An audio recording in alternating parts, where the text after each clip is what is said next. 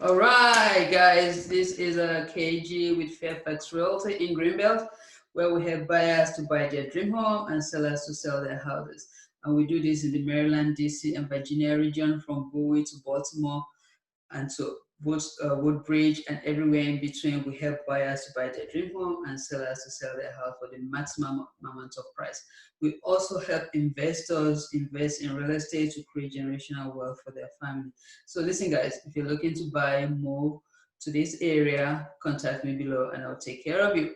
We also upload new videos weekly to talk about what is going on in our DMV market area and things that are going on. Subscribe to the channel so you get updates when we put up a new video. So what is going on with COVID and childcare? What is a parent to do? So today I'm going to be having a chat with a daycare provider, a licensed daycare provider in Bowie and Oxon Hill. So Miss K, introduce yourself. Hello, everybody. My name is Oluwafunke Badamosi. Everybody calls me Kay, and I'm a licensed childcare provider in the Bowie and Fort Washington area. All right. So, Miss K, how long have you been a licensed childcare provider? I've been a licensed provider for a little bit over 12 years now in the state of Maryland. In the state of Maryland, of course. In the state of Yes. Bowie and Oxon Hill, so that means state of Maryland, right? Yes. So, do you have any staff that works with you? Yes. So we currently have 3 full-time staff members that are certified under the state of Maryland to provide childcare services. Okay, and they work with you full-time? Yes. Okay. So, during this shutdown that started back in March when everything shut down and daycare was shut down, you are just one of the few ones that were open. How did that happen? So I think for me, it was easier because we are a home-based center. One of our locations is a home-based center, so that actually stayed open. Being a smaller center made it easy for us to really keep track of the traffic that's coming in and out of the center. We were able to follow all CDC rules. Our hours are also long hours, and parents really needed that during the COVID. So the nurses, the doctors, the firefighters, we open up from 6 a.m. to 12 midnight, and we're 7 days a week. So that gave us an advantage over some providers who did not have those long hours or weren't willing to open up as long as we did. So it did make it better for us during that period. Okay, so but did you have to do anything special as far as cleaning or whatever? Yeah, absolutely. So we had a large cleaning supply that, over the year, just always ordering, making sure that we had supplies. So that really helped us as well. We also had to follow the CDC regulations. So when parents would come in, we weren't allowing, and we still don't allow parents inside the center, just to really limit the amount of traffic that comes in and out. So we take temperatures of the children when they get dropped off in the morning, also temperatures during the day, and also in the evening when they're going home. Staff also had to do the same. Lots of washing of the hands and separating the kids as much as possible. I think that was the most difficult part. And just making sure that we're wiping down, we're cleaning every opportunity we get, making sure kids aren't putting things in their mouths and are sharing things. We went from using plastic to using paper, using regular dishes and spoons and things of that nature, to going to using paper plates and plastic spoons that we can just dispose of. Made it very, easy also. Okay. So for a parent that their child has not been in daycare and they're afraid of this COVID, but now they really have to put their child in daycare because they have to go to work, what advice will you give the parents, if they're looking at a daycare? For me, it's just like anything else. COVID right now, we have to look at this thing is here to stay. We have to look at it just like any other viruses that we have out here, whether it's hand, mouth, and foot, whether it's, the flu, whether it's a common cold. These are all viruses, and it's just really prompting us to really, clean and wash hands and just reiterate all the things that we already know. But one of the things that I would pretty much tell parents is that go online, research where you're taking your children, stick with the licensed providers. They're licensed for a reason. That's very important. You get what you pay for. A lot of people run away from licensed providers because they don't want to pay the cost. But if it's a good licensed provider that's doing what they're supposed to do, because remember, licensed providers are regulated, so there are things that they have to follow. They get drop-in visits, we have virtual visits. It makes it very hard for them to not be in compliance, and that's what parents need right now. They need a place that they can trust, a place that's going to follow the rules and do what's supposed to be done. So you can go online and make sure that the person is licensed, and make sure that they are following the regulations, because you can see what the regulations are online. What are they supposed to do when a child comes in? All that is there. So make sure that that provider is doing that.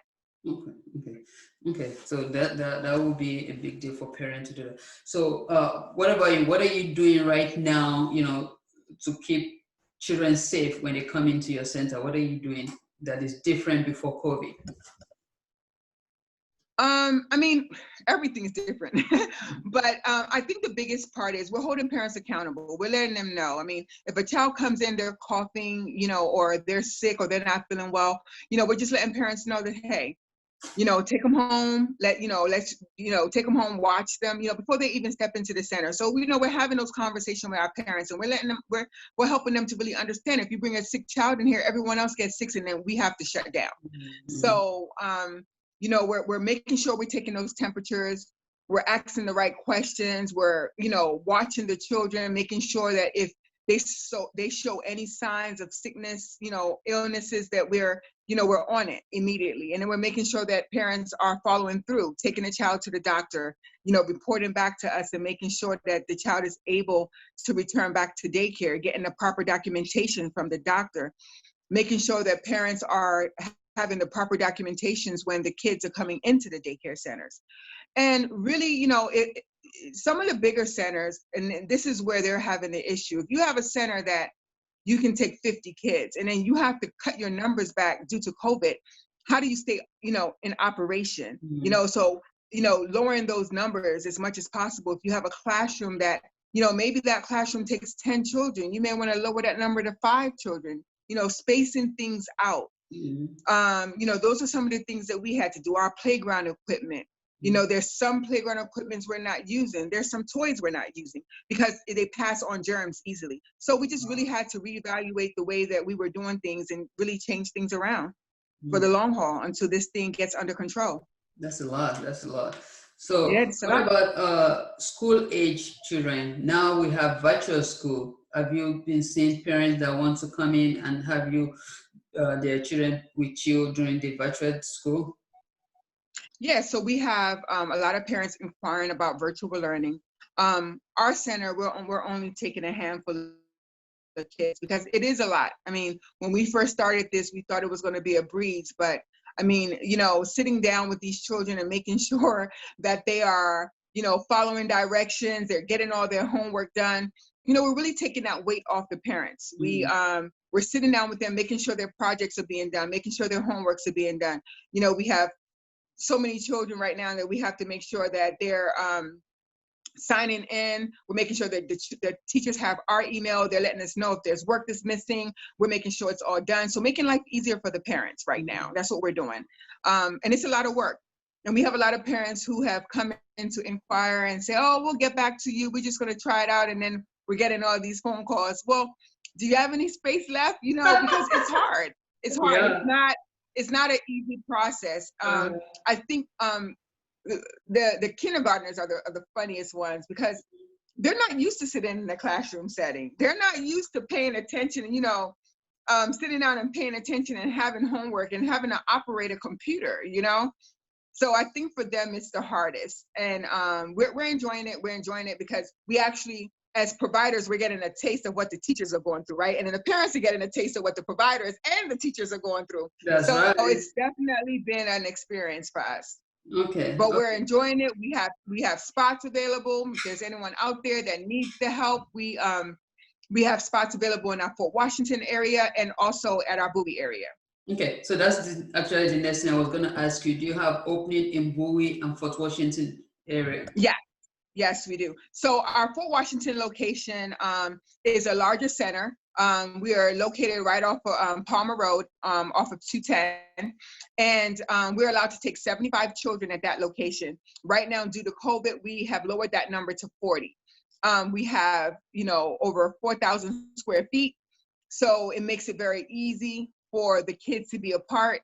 And we are accepting children at that location. For our Bowie location, we have 4 spots available for the virtual learning. So we will be taking children as well. Okay, yeah, that's what I was gonna ask you. All right, so Miss K, if somebody is interested in Bowie or Fort Washington to get in touch with you, can you shout out your number? Sure. So our phone number is 240-882-5795. That number again, 240-882-5795. Or you can reach us via email, kcares, KAYCARES 247@yahoo.com. That's kcares, KAYCARES 247@yahoo.com. All right. Oh, the last thing, I know you have a different time unlike other daycare. Yes, so we are open from 6 a.m. to 12 midnight, and we're 7 days a week. We service children from infants, so that's 8 weeks to 12 years old. And if your child has a disability, we will go as for age-wise 14. 14. All right. Okay. Yes. Thank you, Miss K. Thank you, You're guys. welcome. We're talking about COVID and childcare. Miss K is doing it. She's open. We have a lot of daycare centers that were closed during COVID, but she's one of the ones that were open. So if you needed childcare, contact her in Bowie or Fort Washington. If you need to sell or buy a house, contact me below. Ciao. Miss K, we're going to talk later. Thank you.